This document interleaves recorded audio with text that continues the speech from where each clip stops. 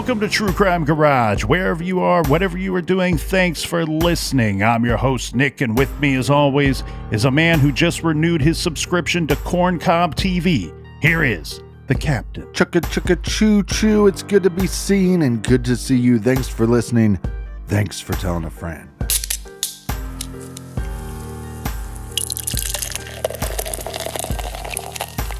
Today is another great day in the garage. We are still sipping on this fine beer from the good folks at Low Res Brewing in Chicago. It's called Bob's Your Uncle, which is a fine British pub ale. There are notes of bread and biscuits with some toffee to smooth things out a little. This is a fantastic brown beer on tap at Low Res right now. ABV 5.5%, garage grade 4 out of 5 bottle caps. And cheers to these fine folks for supporting the garage. A shout out to Olivia Peterson in West Fargo, North Dakota. And a big we like your jib to Christy in Vancouver, Washington. Next up, a cheers to Katie Keon in Aurora, Ontario. And last but certainly not least, we have Amy in Guam. Everyone we mentioned helped us out with this week's beer fund, and for that, we thank you. Yeah, BWERRUN Beer Run.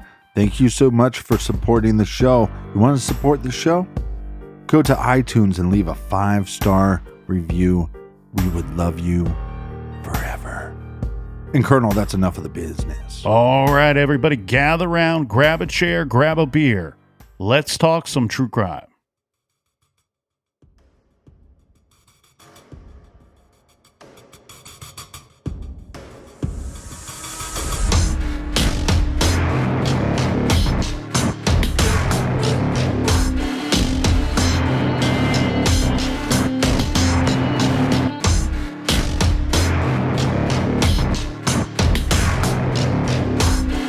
The Browns Chicken Massacre, unfortunately, was not the first time Illinois had experienced such a tragedy. You have the St. Valentine's Day Massacre, which occurred on Valentine's Day 1929 in Chicago, with 7 victims left dead. The Browns Chicken case taking place in 1993, but sadly, it would not be the last of its kind experienced in the greater Chicago area. We touched a little bit yesterday, Captain, on the importance of holdback information and what could be considered holdback information in this case. The holdback information in the Browns Chicken Massacre, to me, was kind of different than what we have come accustomed to. What's so great here is that we have no witnesses. Now, I say that's great. That's obviously a big problem for the investigation. You want witnesses. Witnesses will help you solve this thing faster, putting eyes on anything and then relaying those details and that information to the investigators can only help solve this case faster. However, what we have here is we don't have anybody that was in the restaurant that day or night that is saying, look, this seems suspicious. This seemed odd. This guy looked bad. I think this guy was walking into the place with a gun. Or as I was leaving and I left the parking lot after closing, I saw these vehicles there or these people that were still in the store. We don't have that here. And on top of that, we don't have security footage like you mentioned yesterday. Exactly right. And like we've seen in so many other cases where, unfortunately, these murders or homicides take place at a store or a restaurant, we oftentimes have a customer or patrons of that restaurant that are saying, when I left, everything was fine. And this was the person that was still in the store. Or this was a person that I saw right before I left. In the yogurt shop case, we talk about several people saying that there were still 2 guys in the store when the girls closed the yogurt shop that night. Now, while I say that having witnesses will help solve your case faster, obviously, I say here also that not having any witnesses is and can be a good thing. It's a good thing for your holdback information because now you have more pieces that you can hold back from the public that should help you quickly decipher who should be ruled in as a possible suspect and who should be ruled out. And when you're talking about a case of this magnitude, where we have thousands of tips pouring in. We have a lot of people working the case. It is advantageous to your investigation if you have the ability to quickly move on from a potential suspect or quickly hone in on a potential suspect. And that's what your holdback information is going to help you with.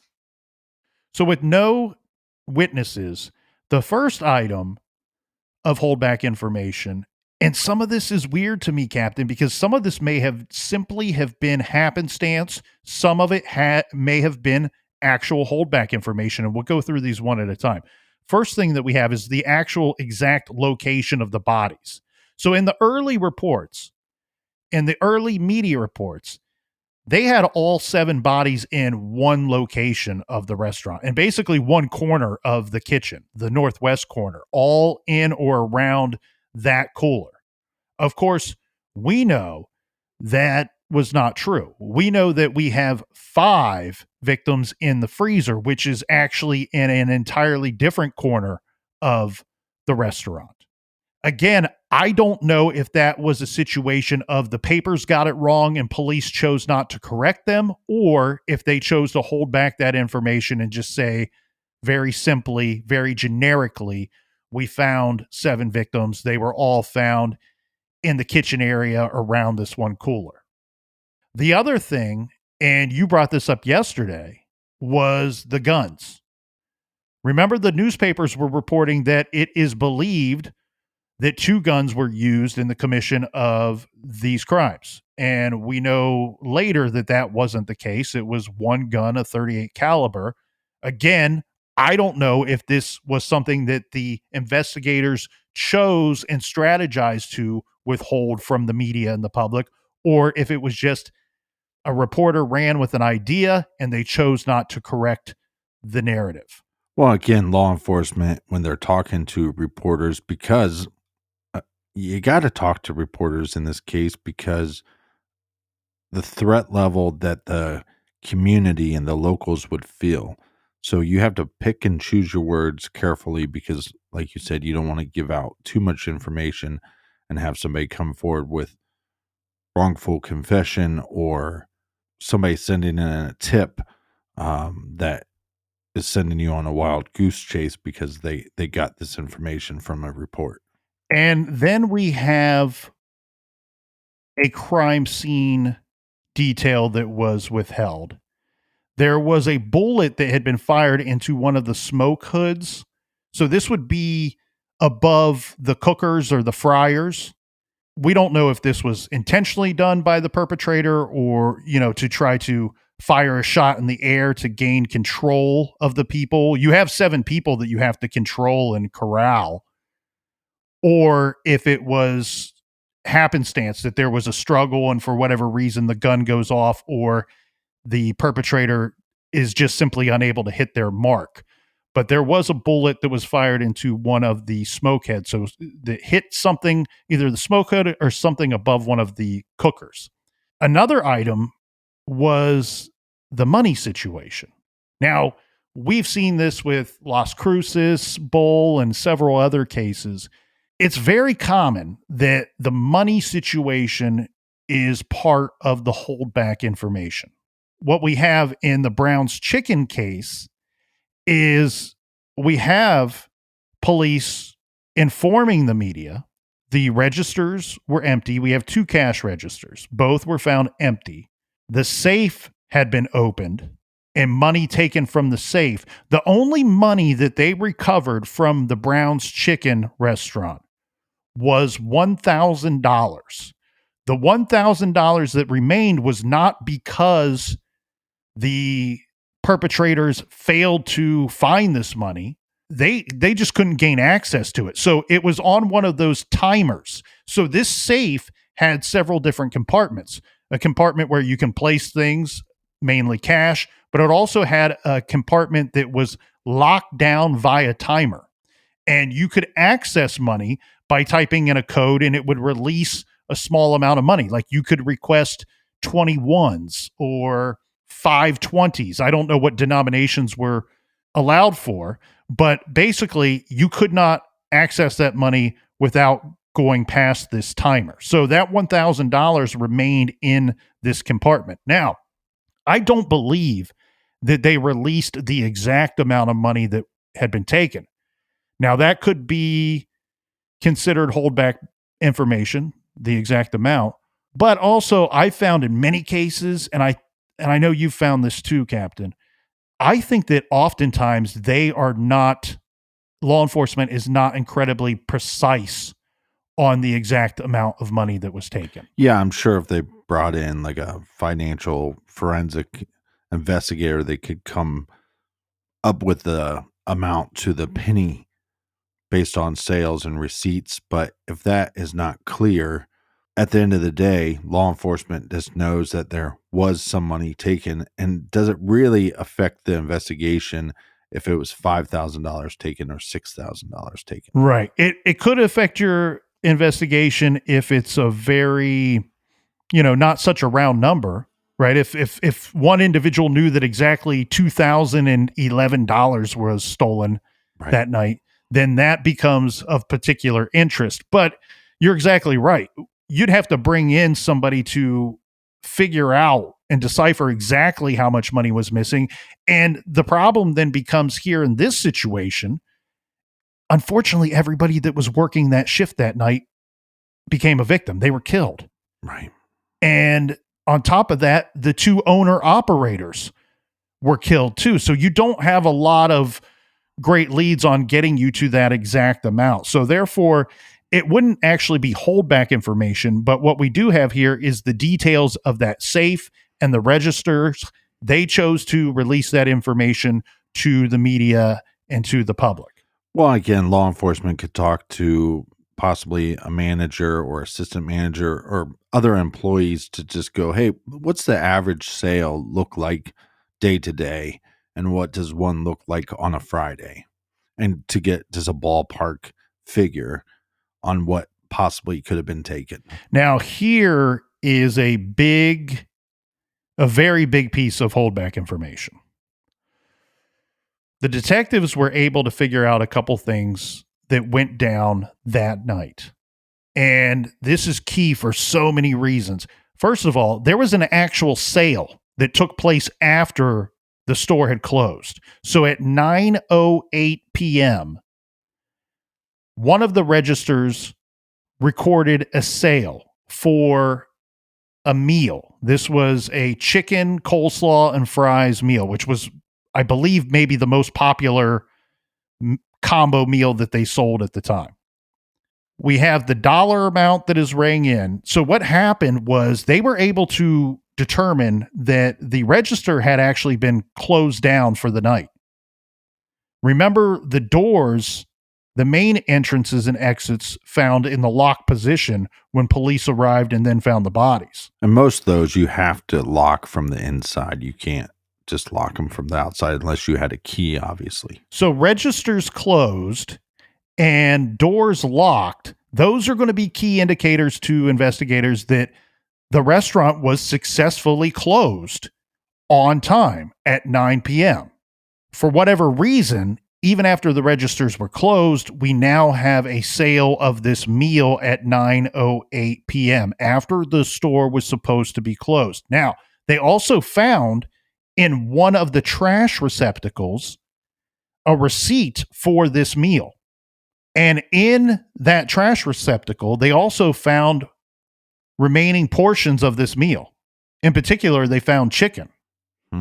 This sounds like it would be a complete mess, but there was some pretty neat and tidy things to this crime scene that really helped investigators.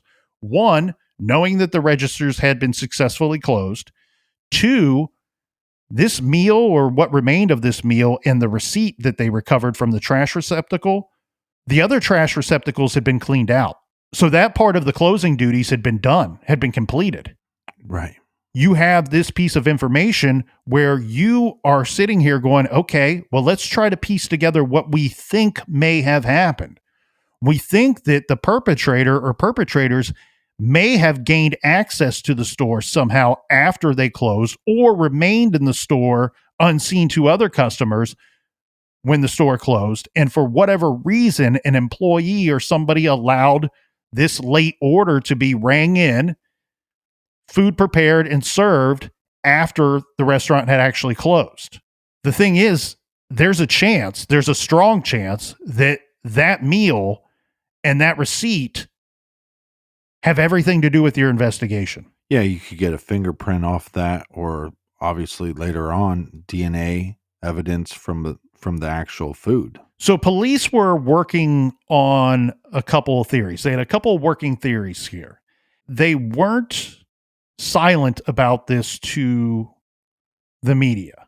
The one that they were most vocal about was they had said that we believe this is a robbery gone wrong, an armed robbery that went wrong.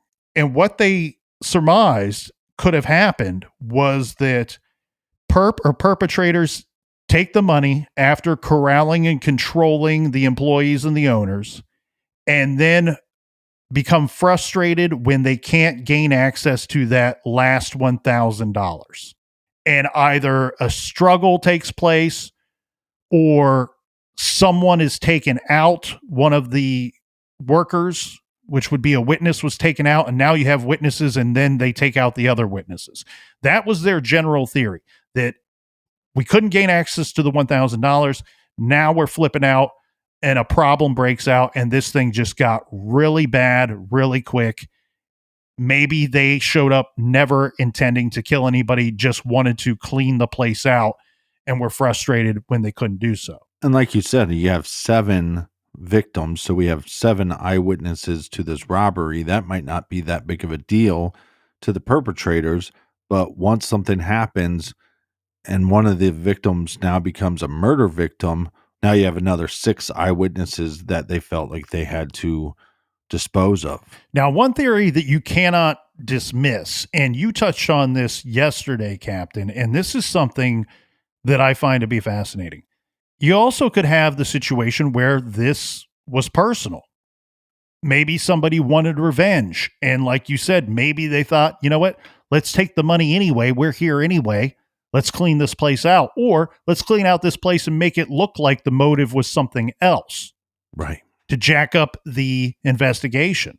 Now, remember, this whole idea, money or something personal, would be very similar to what we spoke about when we discussed the Lane Bryant shooting. That's in Tinley Park, in another suburb of Chicago. This was a mass murder and armed robbery at a Lane Bryant outlet in Brookside Marketplace in Tinley Park that occurred in February of 2008. And in that case, sadly, we end up with 5 dead, 1 injured, who the killer attempted to execute. The gunman was later described as a black man with thick cornrowed hair and a receding hairline and a single braid that came down the front of his face or near his cheek. And that case was always believed to be a robbery gone awry. Police are on record saying, we believe this was a robbery gone awry, that one of the hostages taken called 911. The gunman freaks out and starts shooting people. Armchair detectives and people that we spoke with were quick to point out, hey, there's all these little weird things with inside this case to consider.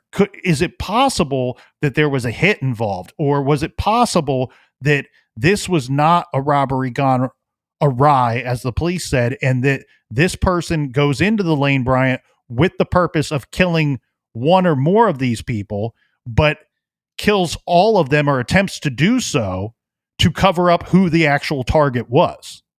Well, and think about this. If you're law enforcement, if somebody breaks into somebody's house and kills them and takes nothing or kills somebody in their car, you start with the inner circle and you start working out.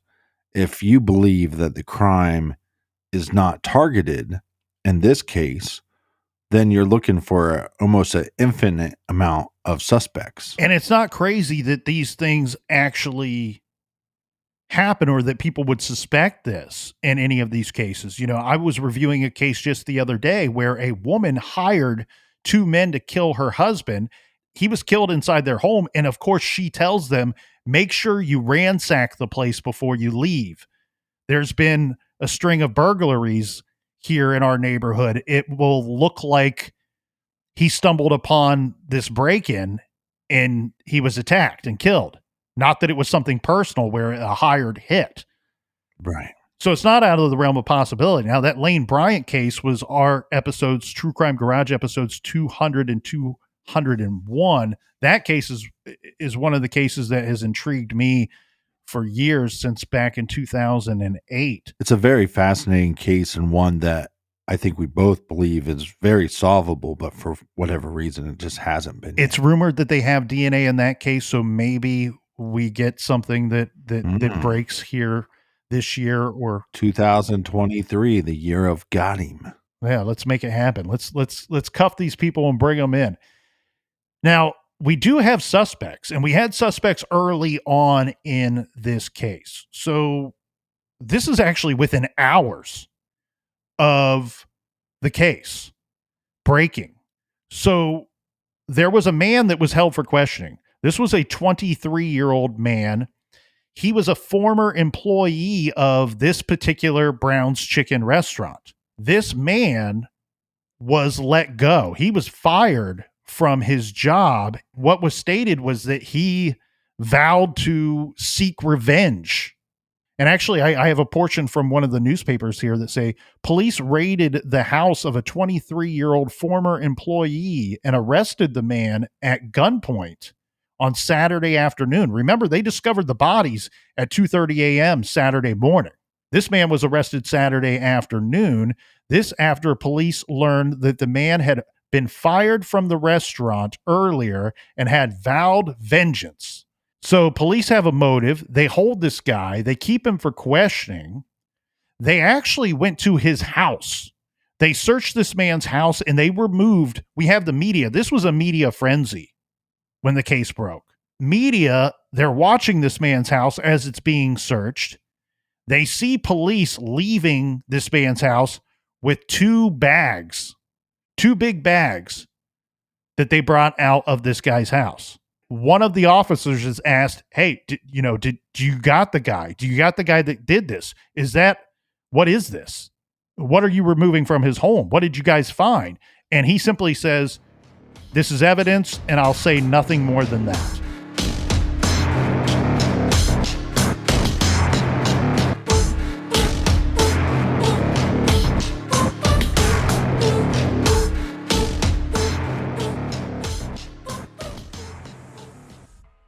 Are you sick of dealing with psoriasis and an itchy scalp? Sick of scratching your head trying to figure out how to fix it? Check out Ocean Soothe, a natural solution that relieves psoriasis and problematic skin and scalp conditions. It's sourced in Australia and manufactured in the USA. Ocean Soothe products deliver relief to the areas you need it most.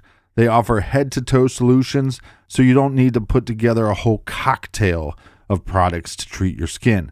The Ocean Soothe gel and lotions are recognized by the National Psoriasis Foundation to relieve psoriasis and can be used across your whole body. They're naturally made, so you shouldn't experience any side effect. And they're odorless, so you can get relief without the stink. For optimal psoriasis relief, start with Ocean Soothe gel during the day, followed by Ocean Soothe lotion at night. And if you want on-the-go relief for dandruff or dry, itchy scalp, the Ocean Soothe Scalp Serum is all you need. It has been a game changer for me. The winter comes, my scalp becomes a problem, but no more. And I love the fact that Ocean Soothe products, they have head-to-toe solutions. So really, they're the only product that I need. I absolutely love them. I think you're going to love them too. Abundant Natural Health's Ocean Soothe products are available at CVS Health Hub stores. Head over and shop today.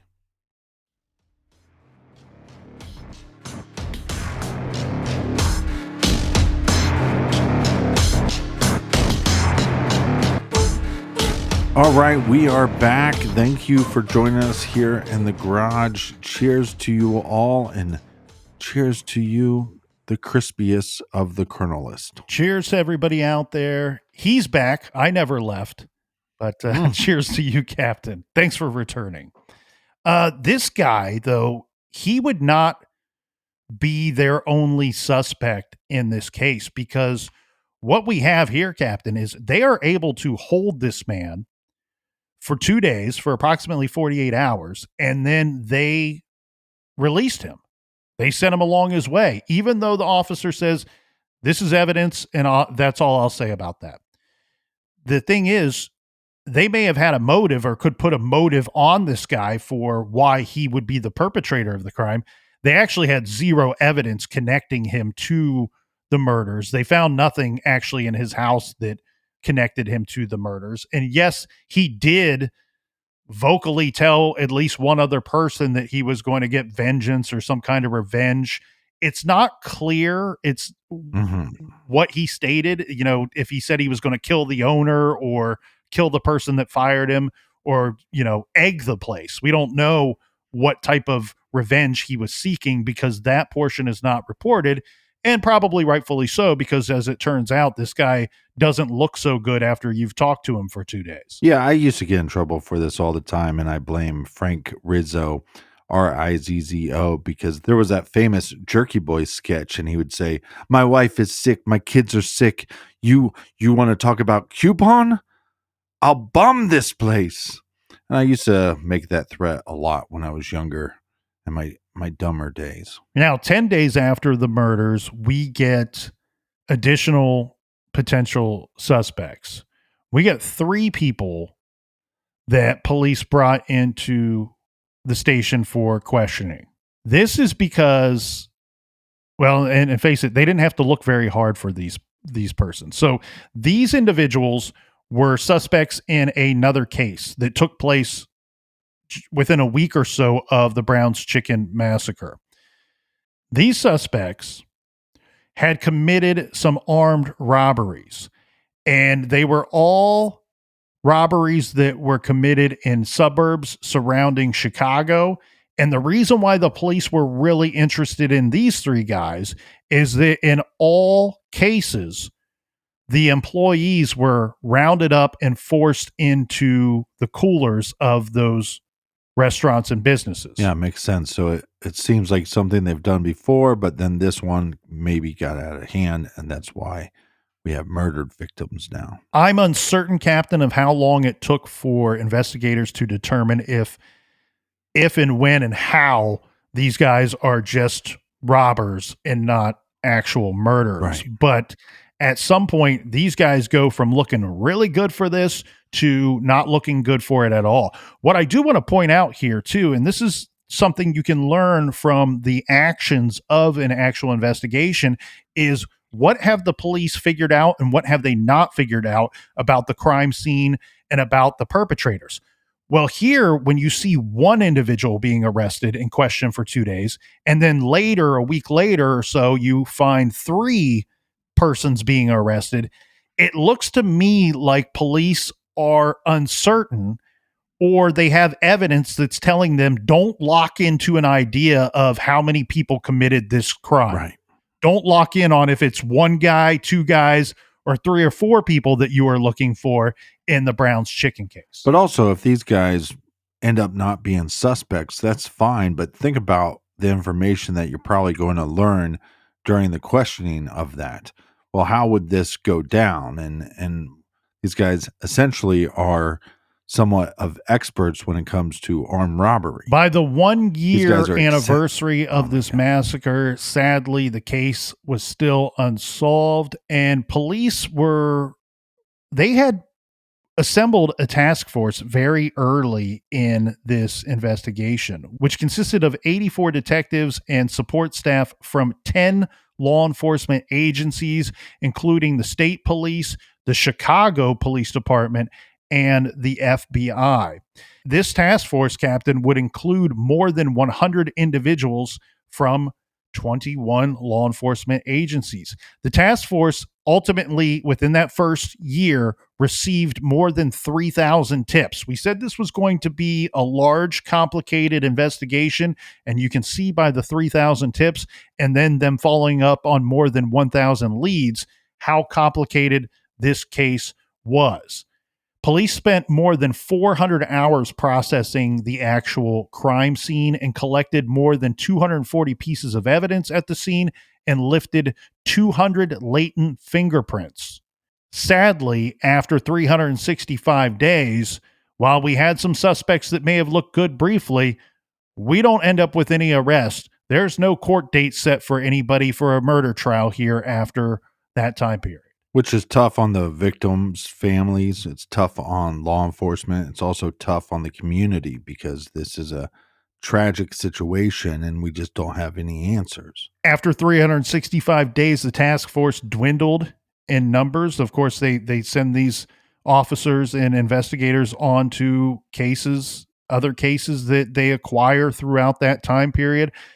So did the tips. The tips dwindled as well. Now, after 1 year, there was a $107,000 reward for information leading to an arrest and a conviction here in the Browns case. Police used the 1 year anniversary to remind the public they believed that the case was simply just one phone call away from being solved. Someone out there knows who the killer is and hasn't come forward.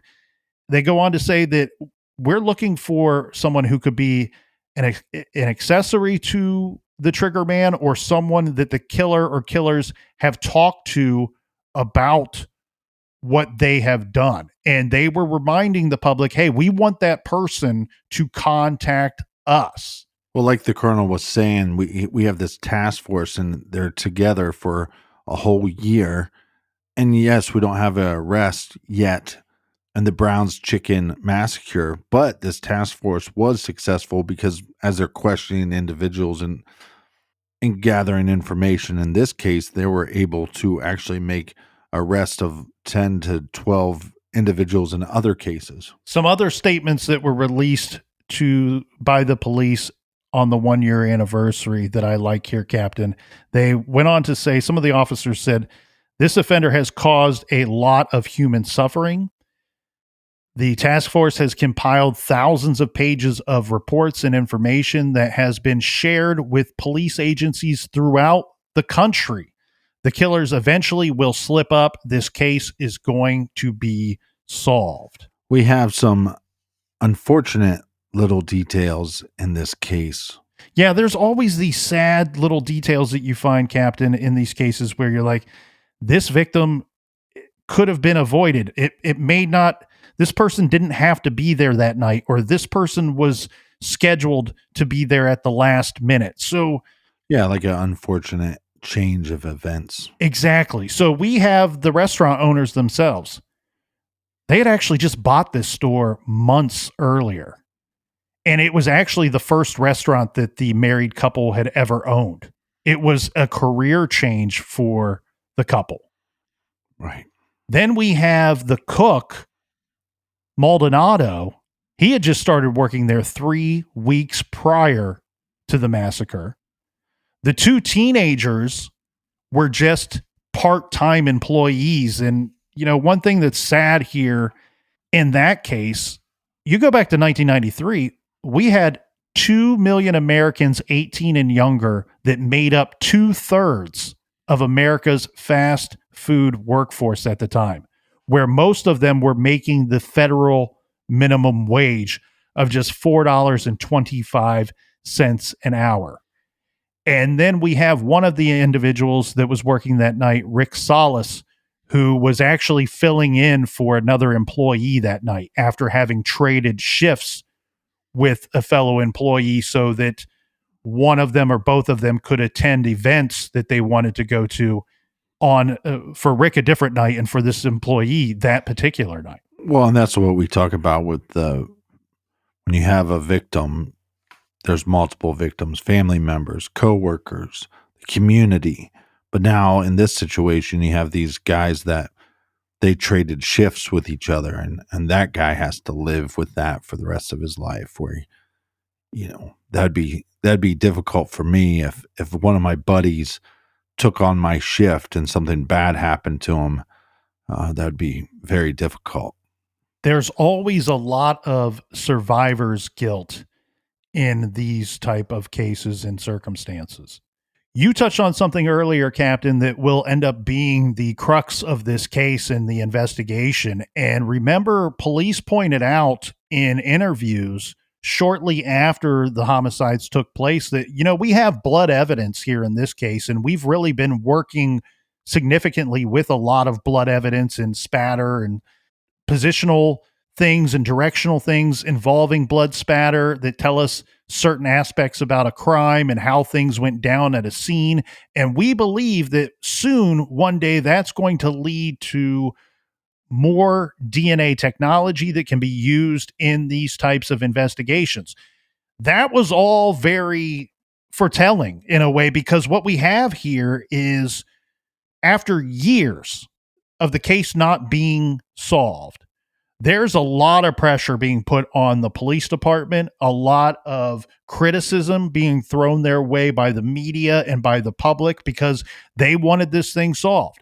And they started to think that it would never be solved. Well, meanwhile, behind the scenes, police were still working with the idea of, hey, that big piece of holdback information that we had about the receipt, about the meal being sold after the store closed, and the chicken and the items that were found in that trash receptacle, while we couldn't pull any fingerprints from it in 1993, we better save all this stuff, because we think one day we might be able to use these items and pull evidence, particularly DNA, from them, that at some point, hopefully, we can connect it to an actual suspect, and then we know who was there that night.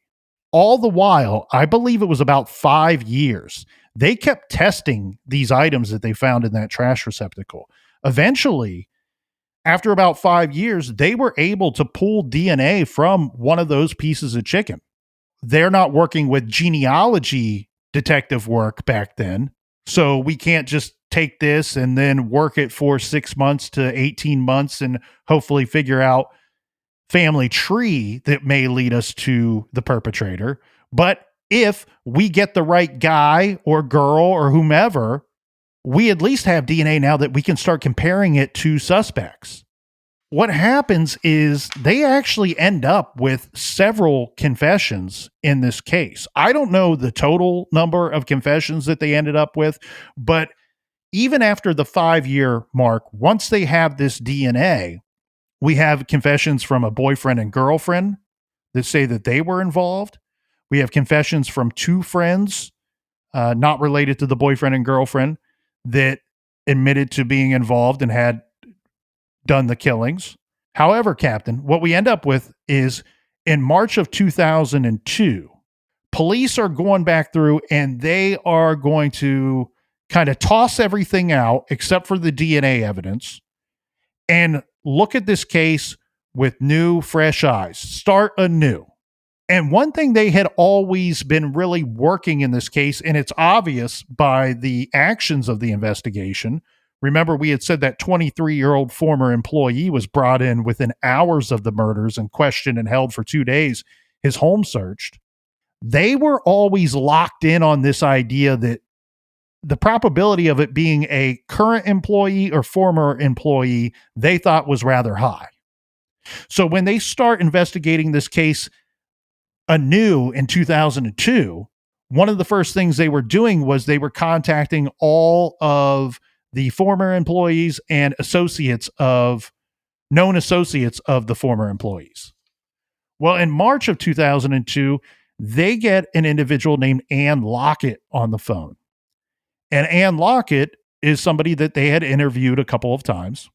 But in March of 2002, she has a very different story to tell them than what she's told them in the past. Mm-hmm. And this time she's telling them, I know exactly who did it because the 2 individuals told me that they did it. Dun, dun, dun. So now we have to introduce James Degorski and Juan Luna.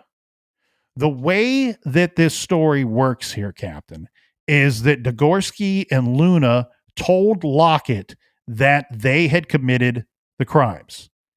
Here's a little bit of a problem for investigators. This is not the first person to tell them that they had committed the crimes. Not Luna and Degorski. Right. But remember, they have the other confessions, and they've had other people along the way that have told them, hey, I think I know who did it. But we have all that holdback information, so now we can ask her, well, what are the details that they gave you, and do those match anything that maybe somebody in the public wouldn't know? Yes, and the reason why I cited those two specific confessions, the boyfriend and the girlfriend pair, and then you also have the two friends, I cited those because police had a hard time moving on from both of those because they both nailed a lot of the holdback information. In fact, in one of those cases, the detectives were screaming and shouting, hey, we got to arrest these guys and take them to court. And the prosecutor kept reminding them, okay, now keep in mind, guys, we have the DNA. They can say all day and night that they did this and that they know intimate details of the murders or the crimes, but their DNA does not match that is found on the chicken. So the prosecutor did not allow for the arrest in either occasion. Well, and one of the problems too with the case not being solved right away is that holdback information starts leaking out in a small town. I mean, you said it was a village, basically less than 50,000 people. There's information that's probably getting leaked out. And we've seen that in other investigations as well. It just happens. Unfortunately, it's unfortunate, but it just happens. Now, in this case, one piece that nobody had gotten right about the holdback information was that, and this is very sad and disturbing to say all at the same time, so I apologize for having to say this, but one piece of holdback information was that one of the victims vomited as he was being shot or just before he was shot. Right. And these other confessions that they had, that detail was missing from those confessions. When they speak with Ann Lockett and then they start talking to Luna and Degorski, that detail is present in those stories, thus separating them immediately from anybody else that they've ever spoken to. And then they say to Juan Luna, they're interviewing him at his home. I believe it might have been right in front of his home. Take this swab and just rub it on the inside of your mouth here. When we put it in this tube, no big deal. We're asking everybody to do this. We're asking anybody that we talk to do it. And he willingly agrees, and he swabs the inside of his cheek.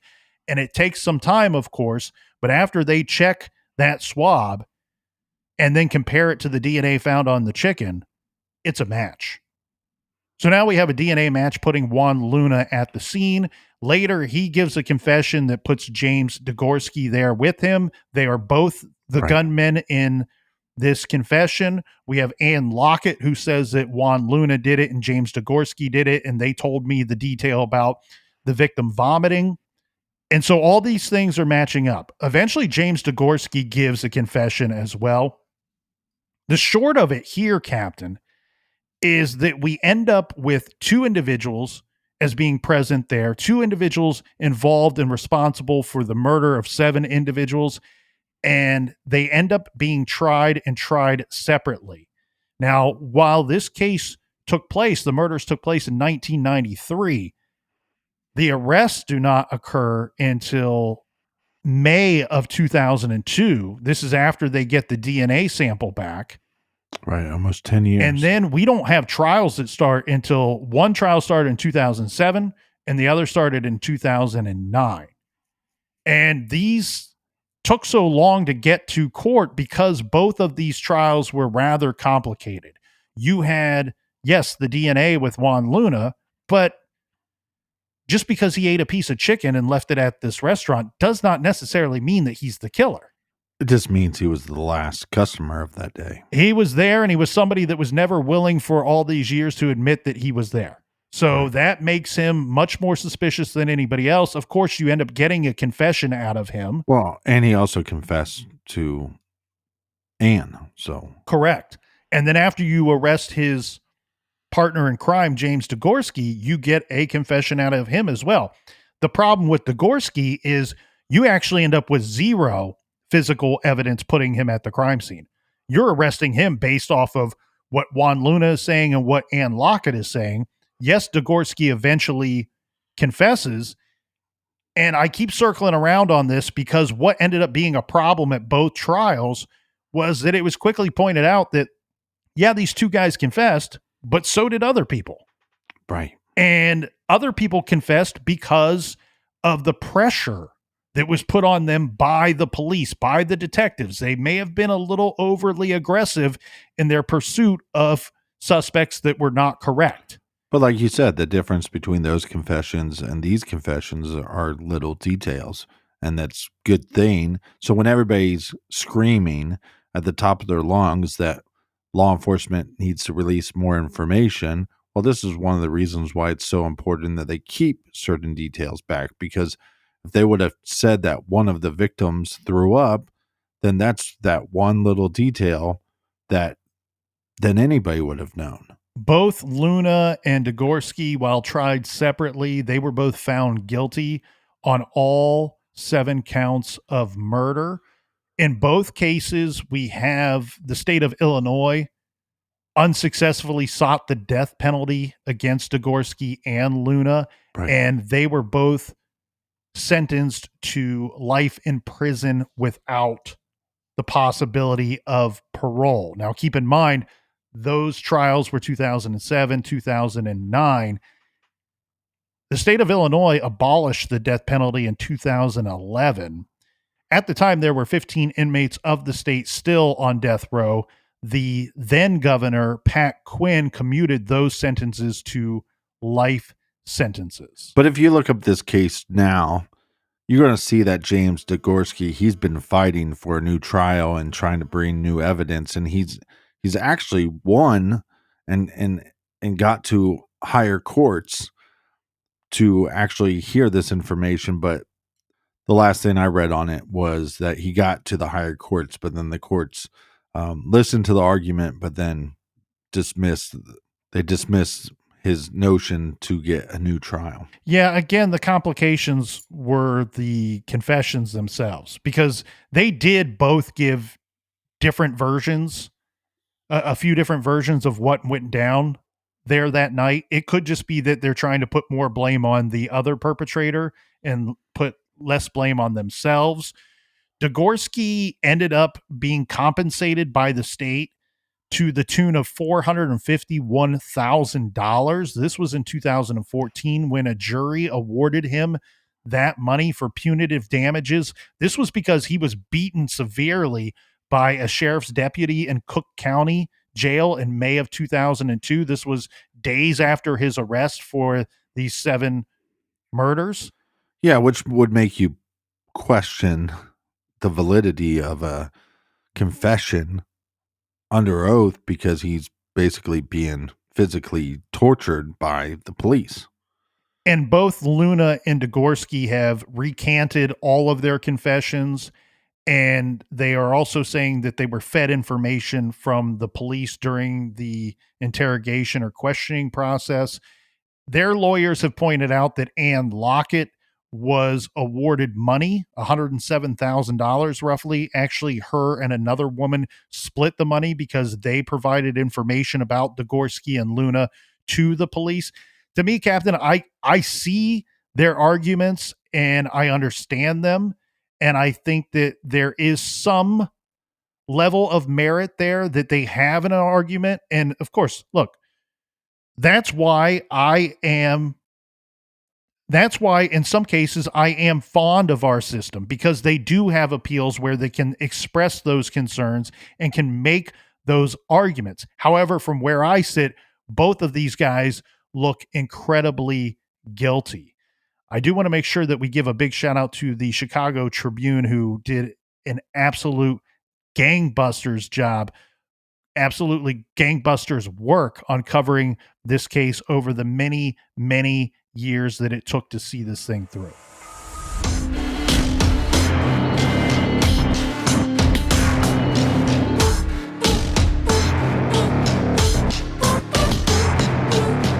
I want to thank everybody for joining us here in the garage for another week. Onward and upward, inching our way towards episode 1000. It'll be here before you know it, Colonel. But do we have any recommended reading? This week we are recommending A Lovely Girl, the tragedy of Olga Duncan, and the trial of one of California's most notorious killers by Deborah Larkin. This is the incredible story of a murder that ended with the last woman to ever be executed in California. A Lovely Girl by Deborah Larkin follows a murder so twisted it seems ripped from a Greek tragedy. The mystery begins on a quiet November night in Santa Barbara when a pregnant nurse named Olga Duncan disappeared from her apartment. Check out A Lovely Girl, the tragedy of Olga Duncan and the trial of one of California's most notorious killers by Deborah Larkin. You can find that great title and many more wonderful recommendations on our recommended page at truecrimegarage.com. Yeah, you wanted the best and you got the best. The Colonel is the GOAT. I've said it before and I'll say it again. And until next week, be good, be kind, and don't litter.